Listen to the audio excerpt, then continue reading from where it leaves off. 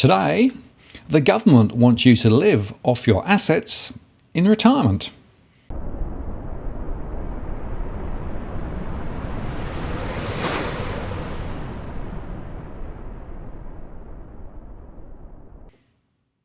Hello again, it's Martin North from Digital Finance Analytics, our latest post covering finance and problem news with a distinctively Australian flavour. Well, generally, we have two large savings pots: superannuation, and if you own property, the equity in your property. And it's interesting that there's a contention going on between those who think that those funds should essentially be available to pass down to the next generation following death, and the government, who clearly is signalling that both superannuation and indeed equity in properties should both be accessible and used to pay for people's retirements. Now, this is a big deal, and it's an issue that I think not many people have really thought through. The government's previously stated that it wants super to be drawn down and used to fund retirement rather than used as an estate planning strategy, meaning not spending your super funds but then passing them on to your children or other dependents. And that's the primary reason that annual minimum withdrawals are required from account-based pensions, and the older you are, the higher the percentage that applies. Now, it's worth noting that during COVID, the government reduced the minimum withdrawals by 50%, but the normal minimum drawdowns are set to recommence from the 1st of July. Up until now, all the focus has been on the accumulation side of super, but little thought has been placed on the de-accumulation side and different types of retirement products that could be appropriate. So the government's introducing an obligation for superannuation trustees to have a retirement income strategy that outlines how they plan to assist their members in retirement. And that's again due to commence from July the 1st. So it's hoped that this will encourage product innovation in the retirement space, giving retirees more options and to be able to balance access to funds, longevity concerns, and the preservation of capital. But of course, what it actually means is that there is a very strong drive from the government to ensure that people live off their hump, as it were, rather than actually trying to engineer strategies that means they can have access to government payments. And in fact, last year, the AFR reported that the federal government was also poised to rename its reverse mortgage product and run an awareness campaign so that more retirees unlock their home equity to fund their post-work lifestyles while remaining in their home. And they reported then that the government wanted to give greater choice to the 3.8 million retirees to tap into their home equity worth at least $500 billion, as suggested by the government's Retirement Income Review. The existing pension loans scheme was broadened in the federal budget to allow retirees from July 2022 to borrow upfront $12,000 for singles and $18,000 for couples, effectively drawing on the equity in their home.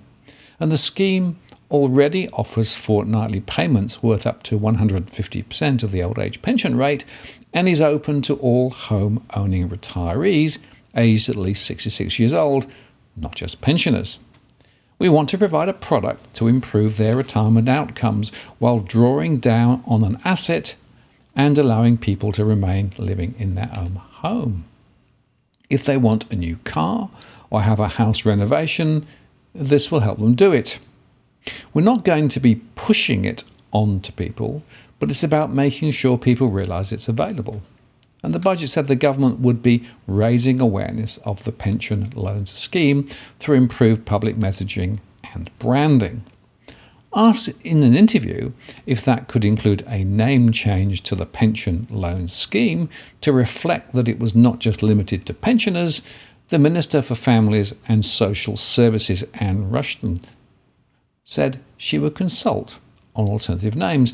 The name has mistakenly led people to believe that self-funded retirees don't have access to it, which is not the case.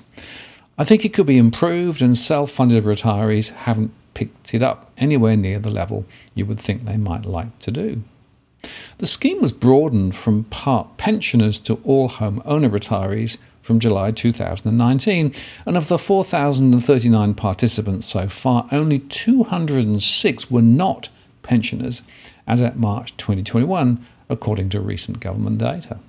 The government's reverse mortgage charges an interest rate of 4.5%, which advisors argue is too high. Economist Jeff Orton said the 4.5% should be reduced closer to the home loan rates of 2 to 3%. Few elderly Aussies are aware of the package, he said. It does not impact their government age pension, it's non-taxable, and too many elderly Australians end up with a much worse deal at banks and non-banks that should direct them to Centrelink. Mr. Orton said retirees would spend the extra money and that would create jobs for younger Australians and be good for the economy. Senator Rushen pushed back against lowering the interest rate, which was reduced about a year ago. Senator Rushen said the rate should be compared with other reverse mortgages, not a standard variable home loan rate. Now, it's worth recalling that back in 2018, Commonwealth Bank had been told to end its ticker box approach to assessing eligibility for reverse mortgages and remove clauses that corporate regulators said have the potential to be unfair. The Australian Securities and Investments Commission has found lending standards for the $2.5 billion market needed to be improved, including more detailed assessments of the needs of elderly borrowers. And ASIC flagged heightened scrutiny of the stigmatised reverse mortgage product, which allows elderly people to borrow using the equity in their home. The Banking Code of Practice now requires banks to take extra care with vulnerable older customers after elder abuse was investigated by the Banking Royal Commission. And most banks have actually exited the market for reverse mortgages due to negative perception about their high interest rates, which is about 2% higher than normal mortgage rates, and higher fees. Those reflect longevity and house price risk shifting to the lender, given reverse mortgages only need to be repaid when the borrower dies or sells their house. And they're also expensive because interest rates compound as no repayments are required.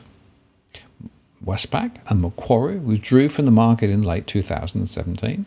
CBA and its subsidiary Bank West are the largest providers with 68% share of the dollar value of new loans made between 2013 and 2017.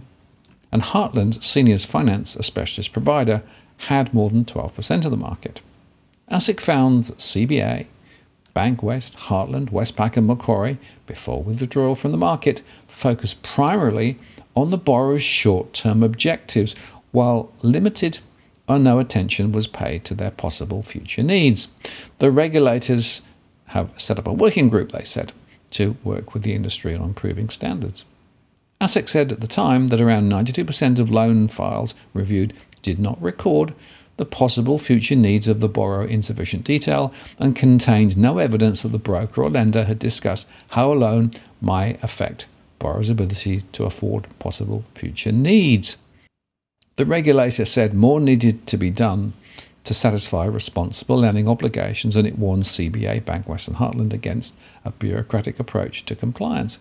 Inquiries made by licensees lacked sufficient detail and followed a tick box formula, ASIC said. Lenders also did not document any inquiries about whether borrowers had a short-term exit strategy or intended to remain in the loan indefinitely.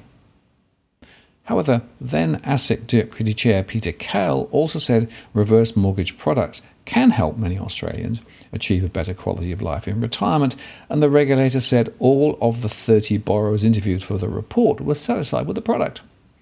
Andrew Ford, the then CEO of Heartland Seniors Finance, said this aligned with a recent customer survey that found 96% of its customers would recommend Heartland to friends and family, and 94% would recommend taking out a reverse mortgage. He said Heartland had assisted more than 15,000 seniors live a more comfortable retirement, and the company is committed to ensuring that our customers make informed decisions and is very much aligned with ASIC in this respect.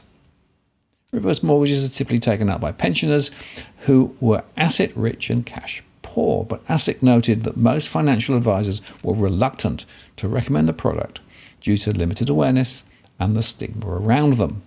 And the product can also cause tensions in families because they result in the bank ultimately taking a share in the final sale value of the house, reducing inheritances. ASIC said that in the absence of comprehensive financial advice, banks needed to play a bigger role providing transparency about the impacts of the product. And ASIC said lenders have already made some changes in response to ASIC's concerns about potentially unfair contract terms, and we will ensure that all remaining terms are removed. And it also said it would update its guidance to improve the way banks explain the impact of the product on home valuations. In fact, CBA and Heartland then tightened rules around their reverse mortgage products, which had been highly regulated.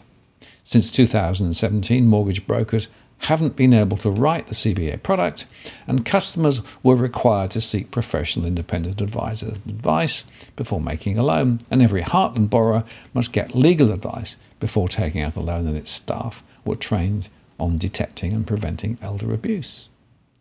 After changes to consumer protection laws in 2012, lenders have been required to provide a no negative equity guarantee, meaning borrowers cannot owe more than the market value of their secured property when it is sold, and ASIC said that that law had been working well. At the time, a spokesperson for CBA said, "We are committed to becoming a simpler, better bank. We strive to deliver good consumer outcomes and to meet our customers' financial needs whilst maintaining our prudent lending standards and adhering to our responsible lending obligations. We'll now review the report and closely consider ASIC's findings and recommendations." ASIC's report supported reverse mortgages broadly, finding reverse mortgages helped older Australians achieve their immediate financial objectives. But the overall market for reverse mortgages is tiny compared to the overall size of the mortgage market. But regulators do expect the reverse mortgage market to grow, with more than $500 billion of Australia's housing equity held by those aged over 65, and around 7% of those aged between 55 and 85 own their own home outright. The Productivity Commission noted back in 2015 that the family home remains an untapped source of retirement income. Now, with banks wary of the reputational impact of the product, and given the new scrutiny, the government is set to step into the void left by the exit of many commercial providers, so ASIC has established an internal group that is driving work on ageing and financial services, and by 2055, Australians aged 65 and over will more than double, and 1 in every 1,000 people in the country will be 100 years or older, according to the government's recent intergenerational report. And the government says people need to be more confident to spend, not hoard, retirement savings to improve living standards throughout their lives. Most retirees die with most of their wealth intact and do not run down their superannuation or tap equity in their home, the government's retirement income review last year found. Now, of course, in banking, generally winning younger customers, becoming their main financial institution and selling them products as they go through life is often lauded as the keys to riches. But interestingly, a Perth fintech is targeting people at the opposite stage of life, the over 55s who are struggling to repay mortgage debt or who want to top up income in retirement. Cheekily named Boomer Home Loans, the startup is launching next month, offering reverse mortgages and a suite of pre-reverse home loans after spotting a gap in the market after the big banks stepped away from the space in recent years. It's the brainchild of couples Scott Phillip and Jackie Schofield, who are in the midst of a Series B round seeking $4.3 million after previously raising about $14 million from high net worth investors such as Happy co-founder Jody Lee, former Fortescue Metals Group executive Stephen Pearce, and ex-BNK Bank chief executive Simon Lyons. It builds on Mr. Phillips' prior broking business, Smooth Retirement, where he discovered large pools of older Australians to whom it could lend rather than just act as a middleman. He says the business is nearing terms with a large pension fund for debt funding of its loan book, and mostly expects to play in the refinancing market, including via brokers, as well as taking on new borrowers. You look at what's happening in the prime mortgage space with a lot of online lenders and neobanks and a lot of people doing amazing things for first home buyers and others, your TikToks, Lendy, Athena, etc., Schofield said. And we looked at it and thought, why is no one creating a specialist service for over 55s with the same sort of online and quality services? So it was wide open and a real gap in the market. There is something like 2.16 million households lent by over 50s in Australia, owing, let's say, $600 billion on their mortgages. That's astonishing. Reverse mortgages allow homeowners over 60 to stay in their house, use equity as security for a loan, and repay the debt and capitalised interest when the property is sold, and big banks have ceased offering the products, and the entire mortgage market tightening lending standards after the Hayne Royal Commission in 2018-19. This makes it harder for some older Australians to get or refinance 30-year mortgages. Minister for Families and Social Services Anne Rushen wants to give retirees greater choice over their retirement savings, and Mr Phillips said many Australians carrying a home loan into retirement typically use their superannuation to pay it down, leaving them with less income. Others may not have superannuation or have other debts and are forced to sell their home, while some may be just asset rich but cash flow poor. In fact, according to a survey by National Australia Bank, 9% of people over 65 have home loan debts, and 33% between age 50 and 64 do too. No one has come up with anything new that suits older customers with debt. They've either got to sell their house or try and pay their loans off by using their super, Mr Phillips said. Boomer Home Loans would offer 4 products, including a switch home loan for the over 55s, which would aim to offer a better rate to the many households it found were still paying north of 4%. It would work with customers on when they wanted to retire and their financial situation, using technology to scrape their financial data to determine a reverse entry point. At this point, the loan would switch into its reverse mortgage product and repayments would stop, with the interest capitalised into the loan and be repayable upon the sale of the property. And the company's standard reverse mortgage allows retirees to access 15% to 50% of the equity in their home. The older they are, the more they can access.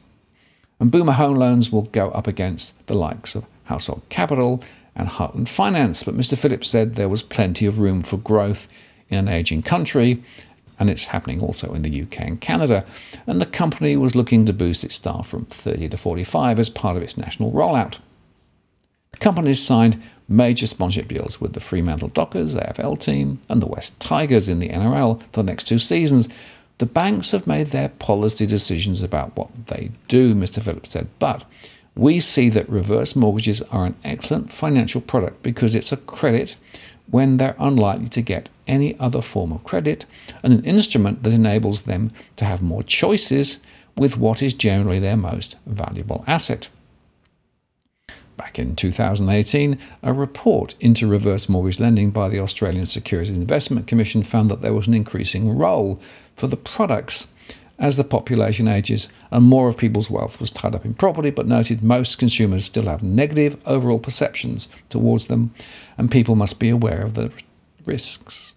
Tackling the challenges has been getting more attention. In January, the federal coalition government revamped the pension loan scheme into the Home Equity Access Scheme, which effectively works like a reverse mortgage. And Mr Phillips said the government scheme and strict regulation of reverse mortgage providers helped increase confidence in new tech-driven players. ASIC has flagged heightened security for the stigmatised reverse mortgage product, which allows elderly people to borrow using the equity in their home. Platforms are revolutionising the way compliance is delivered, and it's really one of the important byproducts of our development.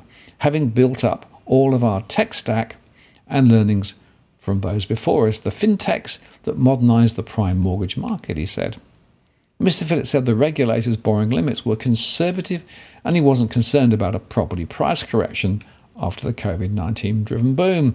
Property cycles will be what they'll be. We see the regulator impose loan-to-value ratios as sensible guidelines, and it puts us in a position to lend responsibly to older people. Now, there's a few points to make here. The first is in principle, I think people should have the freedom to handle their finances the way they want to. But second, reverse mortgages do potentially have a place, but there are huge risks. One of the ones that's not spoken about very much is if you have a reverse mortgage and you're then forced to sell your property to move, for example, into sheltered retirement accommodation later in life, you may suddenly find that your equity has gone away and your reverse mortgage payments stop just at the time when you need them. So you need to have long-term planning. And third, let's be honest here. And let's be honest here. The government wants you to spend your money rather than actually having to pay people into old age from government coffers. That, of course, is designed to help the economy, but also, of course, reduce the obligations of the government. But let's just think this through.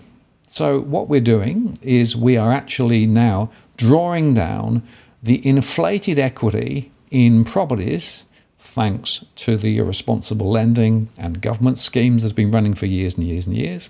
And then we're flowing that back into older Australians to help them fund their retirement. And so far as superannuation is concerned, if in fact we get a market correction, which by the way I think is still quite likely, it may well be that the value of superannuation that we have is a lot lower than we thought, which raises some very interesting questions about how you deal with these forced pay downs. They're now going to be part of that too. So I stand back and think this whole thing is a big mess. What I would say is that I think individuals do need to get good advice here as they think about their retirement planning, because there are no simple answers, there are no silver bullets. But frankly, I think reverse mortgages are still to be handled with great caution. And as for the imposition of drawdowns on superannuation, people should be aware of that too. May make you think about how much you need to hold in super versus outside. I'm Martin North from Digital Finance Analytics. Many thanks for watching, and I'll see you again next time.